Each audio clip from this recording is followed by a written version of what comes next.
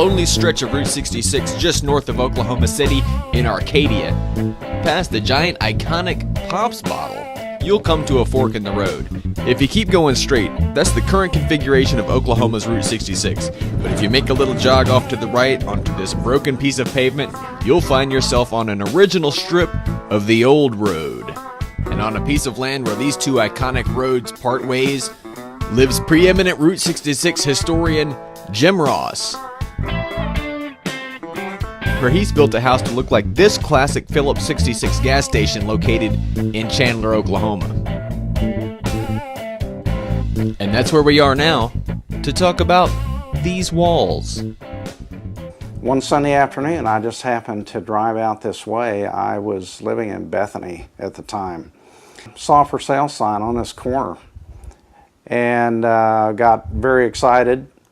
Got out, walked the property, took the phone number down, drove home immediately, called the realtor, got the information I needed, and made an offer on the phone right there. It's bordered on two sides by highways, the current State Highway 66 and the old Highway 66, which runs right in front of the house and is the original alignment of the highway. I ended up with this modeling part of the front after this old Phillips station. The chimney is actually a little bit tapered as it goes up to the top, and these are all the little details that I included to match the exact design of the old gas station. I wanted it to be as close as possible in terms of dimensions and the visual effects to the old station. And on the front of the chimney, I don't have the Phillips 66 logo there, but I do have a Route 66 sign there, and that's so anybody that comes down this street and happens to wonder if they're on the old highway, if they look up this way, they'll realize that they're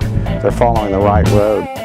Throughout the interior of Jim's house, which comes across as somewhat of a nostalgic museum for the old road, is an old school collection of merchandise and memorabilia, harkening back to the day when you could feel the winds of freedom just by stepping on the accelerator.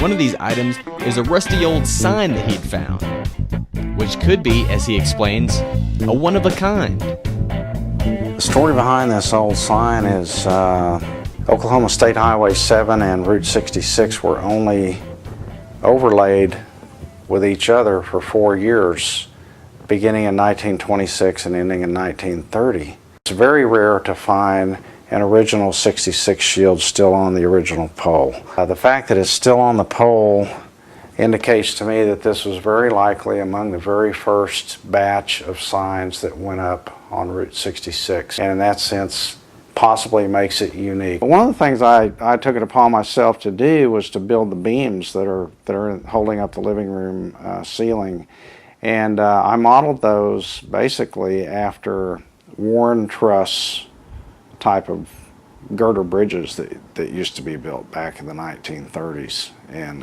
so those are kind of have that nostalgic flavor.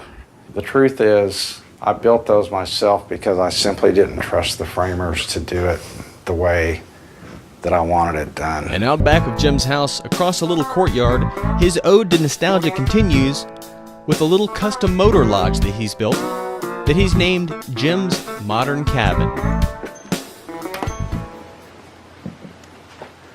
A lot of the artifacts you see in here are things that I have acquired over the years. It's kind of a mix of fun stuff out here for people that enjoy looking at things from a bygone era.